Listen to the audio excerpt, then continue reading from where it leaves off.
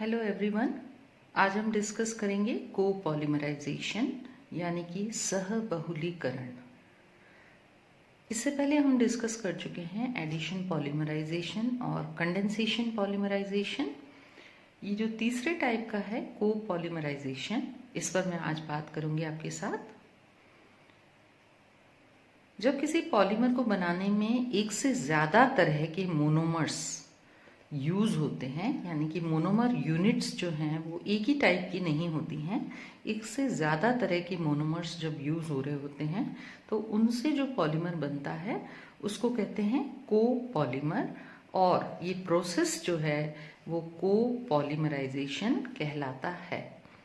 For example कि मैं दो प्रकार के मोनोमर यहाँ ले रही हूँ, स्टाइरीन और मिथाइल मिथैक्रिलेट। ये दोनों के फॉर्मूले यहाँ पर लिखे हुए हैं। यहाँ पर इन दोनों का एडिशन पॉलीमराइजेशन हो रहा है, यानी कि इनका पाई बॉन्ड जो है वो अपनी जगह से शिफ्ट हो जाता है। यहाँ जो नया बॉन्ड बनेगा, दोनों मोनोमर के बीच में जो नया बॉन्ड बनेगा उसको बनाने में ये इलेक्ट्रॉन इधर शिफ्ट हो जाते हैं और ये वाले अगली मोनोमर यूनिट से जोड़ने के लिए। तो जब दो प्रकार के मोनोमर किसी पॉलीमर को बनाने में यूज़ किए जाते हैं तो उस पॉलीमर को हम कहते हैं कोपॉलीमर, और इस पूरी प्रक्रिया को, इस प्रोसेस को हम कहते हैं कोपॉलीमराइजेशन। क्यों किया जाता है कोपॉलीमराइजेशन? इससे क्या है कि हमारा जो पॉलीमर है उसकी प्रॉपर्टीज़ को और इम्प्रूव किया जा सकता है और अच्छी प्रॉपर्टीज़ डेवलप की जा सकती हैं। तो इसलिए हम कोपॉलीमर्स बनाते हैं और अच्छे और डेवलप्ड पॉलीमर्स इससे बनते हैं। फॉर एग्जाम्पल, यदि मैंने पॉलीस्टाइरीन बहुलक बनाया है जो कि केवल स्टाइरीन मोनोमर्स के यूज से बनता है, और एक और बहुलक बनाया है जिसमें स्टाइरीन 70% लिया है और ब्यूटाडाइईन 30% लिया है, तो दो तरह के पॉलीमर्स हैं मेरे पास। एक है पॉलीस्टाइरीन जो केवल स्टाइरीन मोनोमर से बना है, और एक है जो कि कोपॉलीमर है, स्टाइरीन और ब्यूटाडाइईन से मिलकर बना होता है। जब इन दोनों की प्रॉपर्टीज हम कंपेयर करते हैं तो हम पाते हैं कि ये जो कोपॉलीमर है ये इस सिंपल पॉलीमर की अपेक्षा ज़्यादा टफ होता है, इसके कैरेक्टरिस्टिक ज़्यादा मजबूत होता है, अच्छा किस्म का ये पॉलीमर है कंपेरेटिवली। इसी तरह से स्टाइरीन और एक्रिलोनाइट्राइल से मिलकर जो बहुलक यानी कि कोपॉलीमर बनता है वो हाइड्रोकार्बन से कोई रिएक्शन नहीं करता है, स्टेबल होता है उनके प्रति, तो इसकी प्रॉपर्टीज इम्प्रूव्ड हैं। इसी तरह हम स्टाइरीन और मैलिक एनहाइड्राइड का भी कोपॉलीमर बना सकते हैं। स्टाइरीन और ब्यूटाडाइईन की परसेंटेज चेंज करके भी हम पॉलीमर बना सकते हैं। ऊपर मैंने बताया था 70% स्टाइरीन और 30% ब्यूटाडाइईन से कोपॉलीमर बनाया है। नीचे 25% स्टाइरीन और 75% ब्यूटाडाइईन से मिलकर कोपॉलीमर बनाया है। ये जो कोपॉलीमर है ये इलास्टोमर की तरह काम करता है, अच्छी क्वालिटी का इलास्टोमर है। तो इस तरह ये कुछ एग्जाम्पल्स हैं कोपॉलीमर्स के। यहाँ पर एक दो रिएक्शंस दी हुई हैं मैंने जो कि कोपॉलीमर बनाने के मेथड्स हैं। पहला है ब्यूना एन जिसका दूसरा नाम NBr है। ये अच्छी क्वालिटी का रबड़ है और ये किसका कोपॉलीमर है? ये 75% ब्यूटाडाइईन और 25% विनाइल साइनाइड से मिलकर बना है। ये है ब्यूटाडाइईन का फॉर्मूला और ये है विनाइल साइनाइड का फॉर्मूला। जब इन दोनों के molecules, n number of molecule इसके, n इसके, जब रिएक्ट करते हैं तो n means number of molecule काफ़ी ज़्यादा लेना है हमको, तो n की वैल्यू जो है वो हाई है दोनों ही केस में।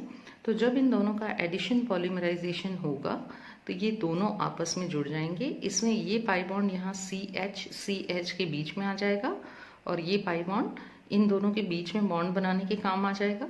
ये पाई बॉन्ड अगले मोनोमर मॉलिक्यूल के साथ बॉन्ड बनाने में काम आ जाएगा।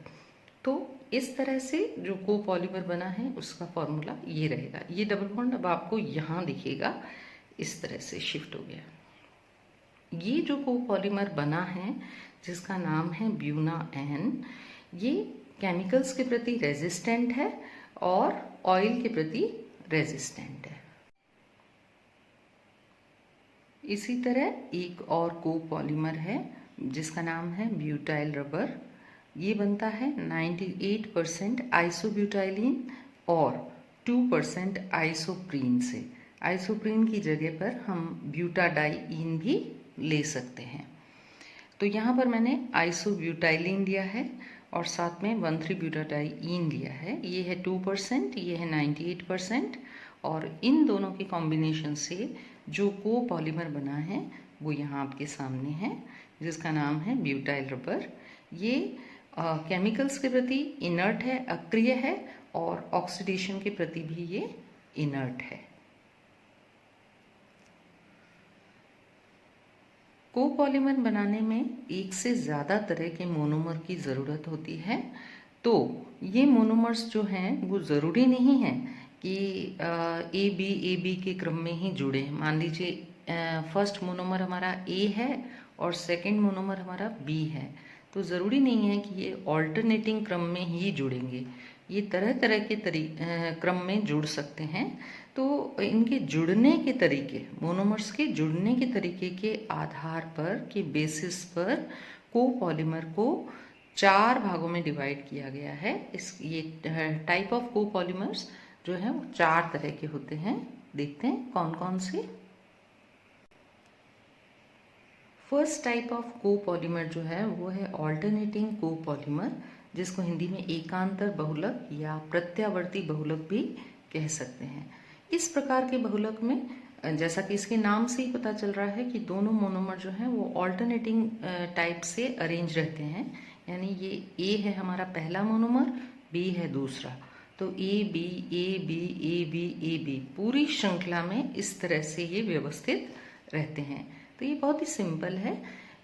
इसका एक एग्जाम्पल है कि जब हम स्टाइरीन और मैलिक एनहाइड्राइड की रिएक्शन करवाते हैं और उनसे जो कोपॉलीमर बनता है तो वो ऑल्टरनेटिंग टाइप का कोपॉलीमर बनता है। ये मान लीजिए एक कोपॉलीमर जो है, एक मोनोमर बड़ा है एक छोटा है, तो मैंने इस तरह से बता दिया है कि ये ऑल्टरनेटिंग तरीके से व्यवस्थित होते हैं। सेकेंड टाइप ऑफ कोपॉलीमर है ब्लॉक कोपॉलीमर। नाम से ही पता चल रहा है कि इसमें ब्लॉक्स बनते हैं, खंड बनते हैं।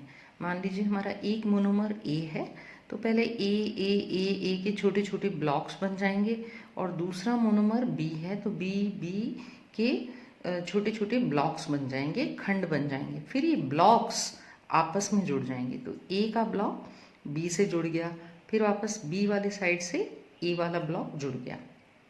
तो इस तरह से कुछ दूरी तक ए चलता रहेगा, फिर बी शुरू हो जाएगा, फिर बी वाला ब्लॉक खत्म होगा, फिर ए शुरू हो जाएगा। तो इस टाइप का जो कोपॉलीमर है वो स्टाइरीन और आइसोप्रीन की जब हम रिएक्शन करवाकर कोई कोपॉलीमर बनाना चाहते हैं तो वो ब्लॉक कोपॉलीमर ही बनता है। थर्ड टाइप ऑफ कोपॉलीमर जो है वो है रैंडम कोपॉलीमर। इसको हिंदी में हम यादृच्छिक सहबहुलक भी कहते हैं। रैंडम है तो इसका कोई निश्चित क्रम नहीं होगा। कहीं पर ये बी ए बी, जैसे कि पहला मोनोमर हमारा ए था और दूसरा बी था, तो दोनों का कॉम्बिनेशन से यहाँ तक ऐसे लग रहा है कि ये ऑल्टरनेटिंग कोपॉलीमर बन गया है। लेकिन सडनली यहाँ पर ए का ब्लॉक आ गया तो ये ब्लॉक कोपॉलीमर लग रहा है। तो कहीं पे ये ऑल्टरनेटिंग लगेगा, कहीं पे ये ब्लॉक लगेगा। तो अव्यवस्थित ढंग से सारे मोनोमर एक श्रृंखला में व्यवस्थित हो जाते हैं, अव्यवस्थित ढंग से ये अरेंज हो जाते हैं। तो इस प्रकार के जो कोपॉलीमर है उनको हम रैंडम कोपॉलीमर कहेंगे। इनकी कोई निश्चित व्यवस्था नहीं होती है। इसका एग्जाम्पल है स्टाइरीन और मिथाइल मिथैक्रिलेट से बना हुआ जो कोपॉलीमर है वो हमेशा रैंडम कोपॉलीमर की तरह ही बनता है। चौथा जो हमारा है वो है ग्राफ्ट कोपॉलीमर, यानी कि रोपित या कलम बहुलक।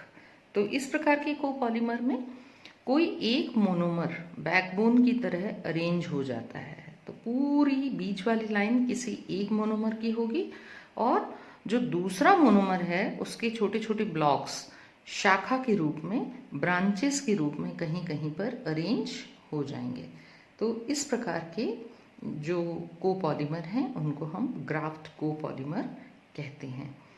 इसका एग्जाम्पल है स्टाइरीन और ब्यूटाडाइईन से मिलकर बना हुआ कोपॉलीमर। स्टाइरीन और ब्यूटाडाइईन से जो कोपॉलीमर बनता है वो ग्राफ्ट कोपॉलीमर की तरह बनता है। तो ये 4 तरह के जो कोपॉलीमर हैं ये कब कब बनते हैं, ये बहुत सारी चीज़ों पर डिपेंड करता है कि जो फर्स्ट स्टेप में मान लीजिए ये सभी एडिशन पॉलीमराइजेशन मैकेनिज्म से बने हुए हैं और इसमें मान लीजिए first step chain initiation step है। तो फर्स्ट स्टेप में मान लीजिए अगर ये फ्री रेडिकल मैकेनिज्म से बना है तो फर्स्ट स्टेप में फ्री रेडिकल बनेगा, चेन इनिशिएशन स्टेप में है। तो ये फ्री रेडिकल कैसे बन रहा है और जो हमारा मोनोमर है वो इन फ्री रेडिकल्स के प्रति कितना रिएक्टिव है उस पर डिपेंड करेगा कि वो कैसे जाकर ऑल्टरनेटिंग कोपॉलीमर बनाता है और कब जाकर ब्लॉक कोपॉलीमर बनाता है, कब रैंडम और कब ग्राफ्ट बनाता है।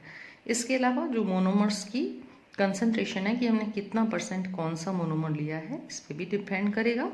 इसके अलावा पोलैरिटी पर डिपेंड करेगा कि रिएक्शन जो है वो कितनी पोलैरिटी पर हो रही है, ध्रुवण प्रभाव रिएक्शन का। तो ये सारे फैक्टर मिलकर डिसाइड करते हैं कि किस टाइप का कोपॉलीमर बनने वाला है। इन 4 में से कोई एक टाइप का पॉलीमर बनता है। तो ये था मेरा कोपॉलीमराइजेशन पर लेक्चर। आई होप आपको समझ में आया होगा। Thank you.